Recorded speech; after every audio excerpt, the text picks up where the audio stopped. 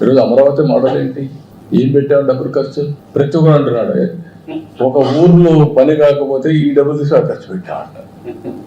కనీసం ఒక మనుషులకు కావాల్సింది మినిమం కామన్ సెన్స్ అయినా ఉండాలి. కాదని అడిగిన నీకు నష్టం ఏంటంటున్నా? ఆ భూమి రైతులు ఇచ్చారు, రాష్ట్రానికి కట్టాము, నీకెందుకు అంత వస్తుంది?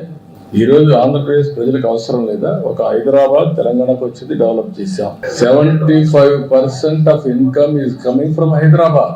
75%, 67% service sector, 9.3% revenue from GSTP because of service sector. కాబట్టి 9.3% హైయెస్ట్ రెవెన్యూ వచ్చేది, జిఎస్టిపి కలెక్షన్ వచ్చేది, జిఎస్టి కలెక్షన్ వచ్చేది from Telangana because of Hyderabad service sector. ఎట్లొచ్చాయి? ఇవన్నీ మర్చిపోయి ఏదైతే అడ్డంగా మాట్లాడడం, తెలిసి తెలియనితనంతో లేకుంటే మూర్ఖత్వంతో మాట్లాడితే ఒక వ్యక్తులకు సమాధానం చెప్పడం కాదు, జాతికి సమాధానం చెప్పాల్సిన తెలుగు జాతి కోసం పనులు చేస్తున్నాం తప్ప వ్యక్తుల కోసం కాదు. ప్రపంచంలో ఎక్కడా జరగనటువంటి పాలసీ అది.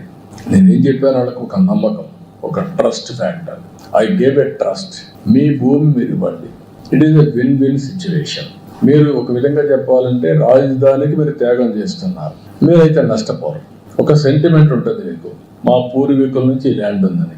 మీ పూర్వీకుల నుంచి ఈ ల్యాండ్ ఉంది కాబట్టి ఇక్కడ కూర్చుంటే మీరు ఇప్పటికి ఇట్లా ఉంటారు. రాజధానికి ఇస్తే చరిత్ర తిరగరాస్తారు, మీ జీవితాలు కూడా మెరుగుపడతాయని చెప్పారు. ఒక నమ్మకం ఇచ్చారు, కొంత సఫర్ కూడా అయ్యారు. 29,000 మంది రైతులు, 34,000 ఎకరాలు ల్యాండ్ పూలింగ్లు ఇచ్చిన చరిత్ర ఒక్క అమరావతికి వచ్చింది. దాన్ని కూడా చిన్నాభిన్నం చేయడానికి అన్ని విధాల ప్రయత్నం చేశారు, ఏం చేయలేకపోయారు. ఆ power of Amaravati is so strong.